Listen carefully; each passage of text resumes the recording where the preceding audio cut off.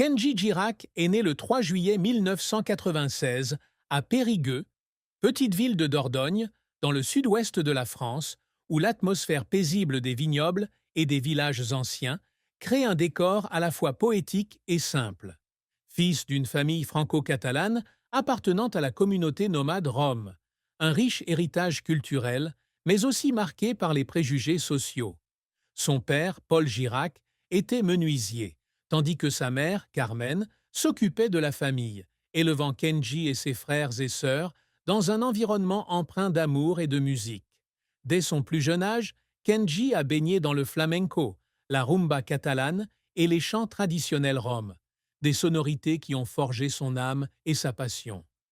Avec sa voix grave et son interprétation pleine d'émotion, Kenji s'est rapidement imposé comme un phénomène musical après avoir remporté la troisième saison de The Voice, la plus belle voix en 2014.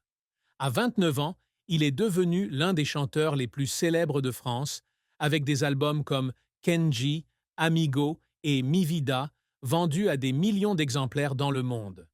Popstar, il est aussi un symbole de persévérance, surmontant les barrières sociales pour réaliser ses rêves. Cependant, derrière son sourire éclatant et ses performances explosives, Kenji cache une profonde tristesse, des secrets qu'il partage rarement, et un cheminement difficile pour trouver le véritable sens de la vie. La musique est le souffle de Kenji Girac depuis son plus jeune âge.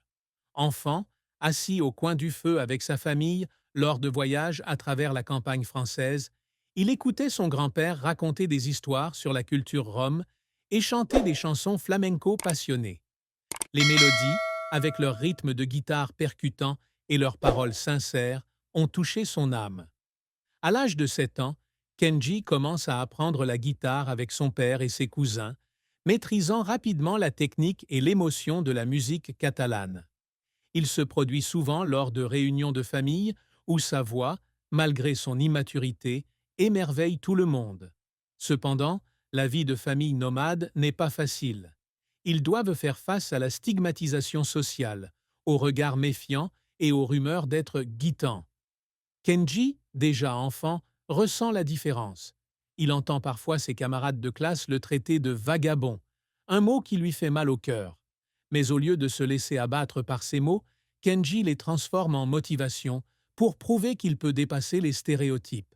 En 2013, à 17 ans, Kenji décide de se présenter à l'émission The Voice, la plus belle voix, un tournant majeur dans sa vie. Une vidéo de lui chantant Bella de Maître Gims, filmée par un ami et publiée sur YouTube, attire l'attention des organisateurs de l'émission. Avec son style d'interprétation naturel, sa voix émouvante et sa sincérité rare, Kenji a rapidement conquis le cœur du public et des juges, notamment son coach Mika, qui a reconnu son potentiel exceptionnel. Sa victoire à The Voice lui a non seulement apporté la célébrité, mais lui a également ouvert les portes d'une carrière musicale professionnelle. Son premier album, Kenji, sorti en 2014, est devenu un phénomène, avec des chansons comme Color Gitano et Andalouse, cumulant des millions de vues sur les plateformes en ligne. Ce succès l'a propulsé des chemins de campagne de la Dordogne aux grandes scènes de Paris, Madrid et même d'Amérique latine. Cependant, le parcours de Kenji n'a pas toujours été de tout repos. Après le succès retentissant de son premier album, la pression pour maintenir sa position au sommet de l'industrie musicale s'est intensifiée. Son deuxième album, Ensemble, sorti en 2015, malgré des ventes impressionnantes, a reçu des critiques mitigées, estimant qu'il n'avait pas vraiment innové dans son style. Ces critiques ont blessé Kenji, qui a toujours été sensible à l'opinion publique. Il y avait des soirs où, après un concert devant des milliers de personnes, il rentrait à son hôtel, s'asseyait seul et pleurait. Non pas par fatigue, mais parce qu'il avait le sentiment de ne pas être à la hauteur des attentes de ses fans. Il passait des heures en studio, à travailler avec des auteurs-compositeurs et des producteurs pour peaufiner chaque note, chaque parole, espérant créer des chansons qui non seulement toucheraient le cœur de son public, mais reflèteraient aussi sa personnalité. Ses efforts, parfois épuisants, le maintenaient en vie, et des albums comme Amigo et Mi Vida recevait des critiques élogieuses. Un échec retentissant dans la carrière de Kenji survient en 2017, lorsqu'il décide de se lancer dans un projet musical expérimental mêlant pop moderne et sonorités roms traditionnelles. Ce projet, un court EP intitulé Étoile vagabonde, ne rencontre pas le succès escompté, avec de faibles ventes et des critiques décevant le manque d'innovation de sa musique. Cet échec laisse à Kenji le sentiment d'avoir laissé tomber sa famille et la communauté rom, qui attendaient depuis toujours de lui qu'il transmette leur culture au monde. Il pleure en studio, non pas à cause des ventes, mais parce qu'il a le sentiment de ne pas avoir su transmettre le véritable esprit de la musique rom. Cependant, c'est de cet échec que Kenji apprend à accepter ses erreurs et à aller de l'avant. Il revient avec l'album Amigo en 2018, une œuvre saluée pour son mélange harmonieux de pop, de flamenco et de mélodies modernes, prouvant qu'il n'a jamais abandonné son rêve. Les efforts de Kenji ne se limitent pas à la musique. Il s'est également essayé au métier d'acteur, jouant dans le film Champion, 2021, où il incarne un jeune homme qui surmonte les épreuves pour devenir boxeur. Ce rôle l'oblige à apprendre la boxe et à travailler avec des entraîneurs pour donner vie à son personnage. Il y a des jours où il s'entraîne jusqu'à l'épuisement, avec des bleus sur le corps et des nuits blanches à cause de la pression. Malgré les critiques positives, Kenji estime que tous les efforts en valèrent la peine, mais il admet également que ce parcours a été très éprouvant émotionnellement. À 29 ans, Kenji se souvient de sa carrière avec fierté, mais aussi avec la conscience que chaque succès a été accompagné de larmes et de longues nuits de lutte pour prouver sa valeur. La plus grande tristesse de Kenji Girac ne réside pas dans ses échecs professionnels, mais dans le sentiment d'être tiraillé entre deux mondes, l'héritage rom de sa famille et la pression de s'intégrer à la société moderne. Membre d'une communauté nomade, Kenji a grandi avec des valeurs traditionnelles profondément ancrées, des liens familiaux à la fierté du flamenco et de la rumba catalane. Cependant, lorsqu'il est devenu célèbre, il a dû faire face à des préjugés sociaux envers les Roms, des rumeurs selon lesquelles il n'avait pas sa place dans le monde glamour de Paris ou sur la scène internationale. Il a parfois lu des commentaires sur les réseaux sociaux le qualifiant de gitane ou se demandant s'il méritait vraiment sa célébrité. Ces mots, bien qu'il ait essayé de les ignorer, ont laissé des cicatrices. Cette tristesse est devenue encore plus profonde lorsque Kenji a réalisé que la célébrité l'avait aliéné d'une partie de lui-même. Dans les premières années qui ont suivi The Voice, il a souvent dû quitter sa famille pour de longues tournées, d'Europe en Amérique. Ces voyages, bien que porteurs de gloire et de fortune, lui ont laissé un sentiment de solitude, comme s'il perdait le lien avec la communauté rom qu'il aimait. Il y avait des nuits, assis dans sa chambre d'hôtel à New York ou à Tokyo, où il pleurait en se remémorant les soirées au coin du feu avec sa famille, où il chantait des chants traditionnels avec ses parents et ses frères et sœurs. Il se demandait s'il trahissait son héritage en recherchant les feux de la rampe du monde moderne. Cette tristesse n'était pas seulement liée à la solitude, mais aussi à la culpabilité de ne pas pouvoir passer plus de temps avec sa famille. Ses parents, Paul et Carmen, l'ont toujours soutenu, mais Kenji sait qu'ils aimeraient aussi qu'il puisse rentrer plus souvent chez lui, participer aux réunions de famille et perpétuer les traditions roms. Il a un jour confié à un ami proche qu'il avait parfois l'impression de vivre deux vies, celle de star de la scène aimée par des millions de personnes et celle de jeune Rom aspirant simplement à retrouver les chemins de campagne et le son de la guitare familiale. Cette tristesse a façonné sa vie, l'a rendu plus sensible aux valeurs familiales et l'a poussé à trouver un équilibre entre ces deux mondes, même si cela n'a pas été facile. L'amour et le mariage sont des aspects privés de la vie de Kenji Girac, un homme qui a toujours préservé sa vie privée des regards indiscrets du public. À 29 ans, Kenji n'a jamais été marié, mais il a vécu des relations profondes, même si elles n'ont pas toujours été faciles. L'une de ses relations les plus marquantes a été avec une jeune femme prénommée Sophie, rencontrée lors d'un concert à Marseille en 2018. Sophie, jeune créatrice de mode, a été attiré par la sincérité et l'énergie de Kenji sur scène. Il a, à son tour, trouvé en elle une douceur et une nouvelle perspective sur la vie, ce qu'il ressentait comme nécessaire face à la pression de la célébrité. Ils ont partagé de beaux moments ensemble, des promenades sur la Côte d'Azur aux soirées passées, à parler de musique et de rêves. Cependant, cette relation a été de courte durée. L'emploi du temps chargé de Kenji, entre tournées et séances d'enregistrement, lui laissait peu de temps pour Sophie. Celle-ci, bien que soutenant sa carrière, se sentait parfois seule en attendant son retour de voyage. La rupture, bien qu'amiable, a profondément attristé Kenji. Il a un jour confié à un ami proche qu'il avait le sentiment d'avoir échoué dans une relation qu'il chérissait, et certaines nuits, il pleurait en pensant à ce qui aurait pu arriver s'il avait eu plus de temps. Cette tristesse ne concernait pas seulement la perte de l'amour, mais aussi la prise de conscience que la célébrité, si elle lui offrait de nombreuses opportunités, lui ôtait aussi de précieux moments avec ceux qu'il aimait. Kenji a également subi la pression de sa famille et de la communauté rom pour se poser. Dans la culture rom, la famille et le mariage sont importants, et ses parents, Paul et Carmen, l'interrogeaient souvent sur ses projets de trouver une partenaire. Ils ne lui ont pas mis la pression, mais Kenji sentait qu'on attendait de lui qu'il fonde bientôt une famille, comme ses frères et sœurs l'avaient de fait.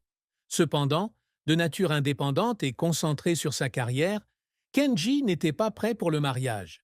Il a un jour confié à sa mère qu'il souhaitait trouver quelqu'un qui non seulement l'aimerait, mais qui comprendrait aussi les pressions de la vie sous les projecteurs et son héritage rom. À 29 ans, Kenji revient sur son parcours amoureux avec maturité. Il ne se précipite plus pour trouver l'amour, mais se concentre plutôt sur la compréhension de lui-même et de ses aspirations profondes dans une relation, du respect à la compagnie. La fortune de Kenji Girac témoigne de son ascension fulgurante vers le succès en peu de temps, mais reflète aussi sa simplicité et son attachement à ses racines. À 29 ans, Kenji possède une fortune estimée à 10 millions d'euros, un chiffre impressionnant pour quelqu'un issu d'une famille nomade modeste. L'essentiel de sa fortune provient de la vente de ses albums, Kenji et Amigo étant tous deux certifiés disques de platine en France, ainsi que de contrats de promotion avec des marques comme Coca-Cola et Renault.